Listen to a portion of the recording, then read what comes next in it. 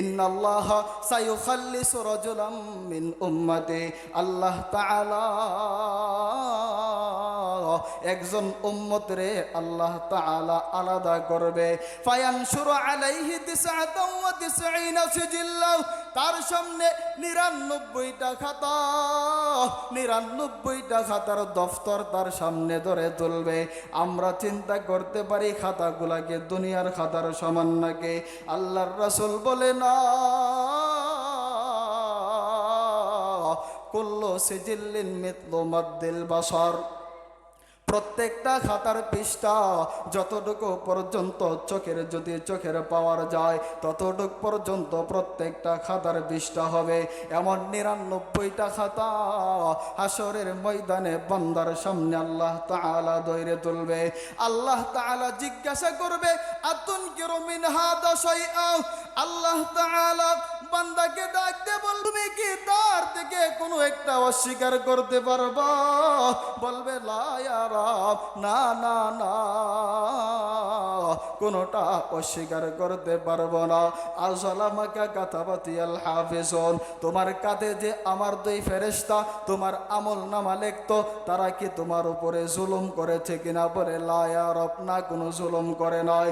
আফালাকা উযরুন, তোমার কি কোনো আপত্তি আছে কিনা? বলবে, লা ইয়া রাব, কোনো আপত্তি নয়। কারণ এমন একটা খাতা সামনে ধরে তুলবে যেই খাতাটার মধ্যে ছোট থেকে ছোট পর্যন্ত গুনাহগুলাও নিয়ে আসবে।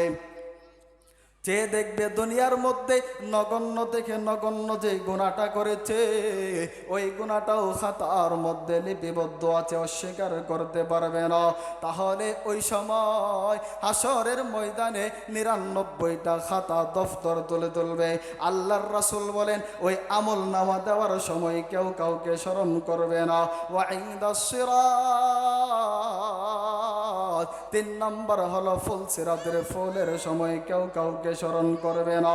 তাহলে মিজানের ভয়াবহতা আল্লাহর রাসূল বর্ণনা করে দিয়েছেন।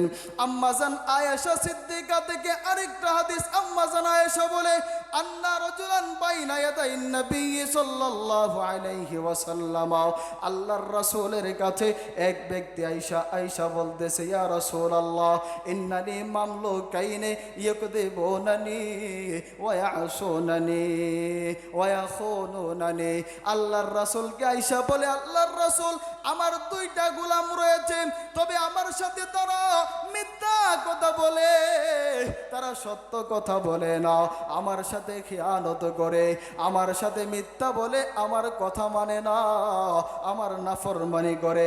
এই জন্য আমি ফাঁকে ফাঁকে আনশুতুহুম, আমি তাদেরকে গালিগালাজ করে, বা আদরিবুহুম, আবার তাদেরকে আমি প্রহার করে।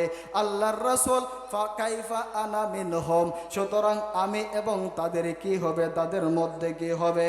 আল্লাহর রাসূল সাল্লাল্লাহু আলাইহি ওয়াসাল্লাম বলেন, ইহসাবু মা খানুকা, কিয়ামতের ময়দানে তোমার সাথে যে খিয়ানত করেছে এটার হিসাব লওয়া হবে। ওয়া কাযাবুকা, এবং তোমার সাথে যে মিথ্যা বলেছে ওই মিথ্যাটার হিসাব লওয়া হবে। ওয়া আসাউকা, এবং যে তোমার সাথে নাফরমানি করেছে ওই নাফরমানিটার হিসাব লওয়া